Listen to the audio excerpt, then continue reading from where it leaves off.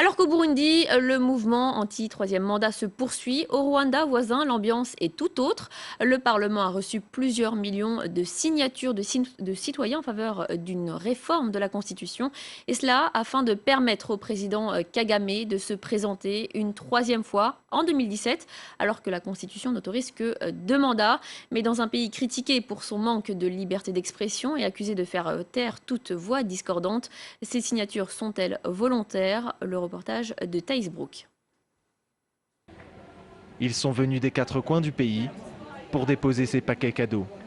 À l'intérieur, des signatures de Rwandais souhaitant que Paul Kagame se représente en 2017.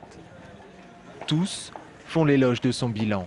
Il a stoppé le génocide, il a aidé à la reconstruction du pays et il continue à montrer au monde entier que le Rwanda est un pays capable et très performant dans plusieurs domaines.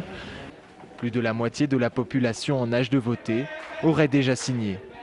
Mais certains dénoncent un stratagème organisé par le gouvernement. La population serait parfois fortement incitée à signer. Ce jeune homme, qui a refusé de signer, assure avoir été menacé. Comme je refusais de signer, le maire du quartier m'a dit que lorsque j'aurais besoin de n'importe quel papier administratif, n'importe quel document, je ne pourrais pas l'avoir. Ils m'ont même traité d'ennemi de l'État. Des accusations formellement démenties par les autorités rwandaises. Jusque-là, il n'y a personne qui a porté plainte pour dire que ces droits ont été violés. Nous n'avons jamais vu quelqu'un qui a dit « moi j'ai refusé de signer ». Et jusque-là, d'ailleurs, il n'y a personne qui a dit « moi j'ai été obligé, j'ai été contraint à signer cette pétition ».